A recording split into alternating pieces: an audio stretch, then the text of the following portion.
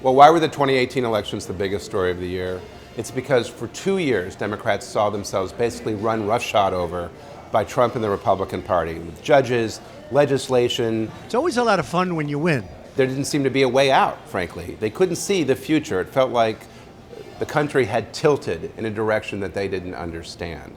And so what these midterms basically showed was, sure, we're as divided as we've ever been, but there are pockets of voters out there that they can get who will resist Trump, and who are receptive to their message. And this is a movement that's largely been powered by women. And we saw the crowds that Beto O'Rourke drew in Texas. O'Rourke didn't win, but for me, the thing that was probably that crystallized it the most was this very small campaign event in rural Virginia.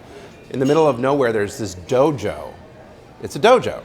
I don't know why it's there, but I walked in, I had to take my shoes off, and the candidate who was speaking was named Abigail Spanberger.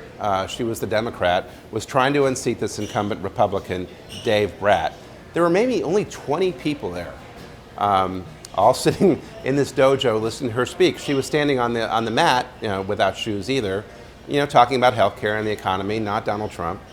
The most interesting thing is that I talked to quite a few women in the crowd afterward, and several of them had told me that, well, they really hadn't voted in a long time.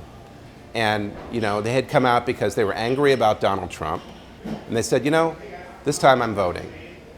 And that basically showed me that Democratic enthusiasm was everywhere. It wasn't just in these crowds in Texas. It was in this small little Japanese dojo in the middle of rural Virginia where there's 20 people out on a Wednesday night. And it's like, okay, if these people are coming out in opposition to Donald Trump, then we're going to see something. We're going to see something big. And what is that going to mean for U.S. politics going forward? It could be incredibly significant in terms of the next presidential election in 2020. And it's the number one thing that Republicans are worried about right now. How do they get women back, and how do they keep the ones that they have?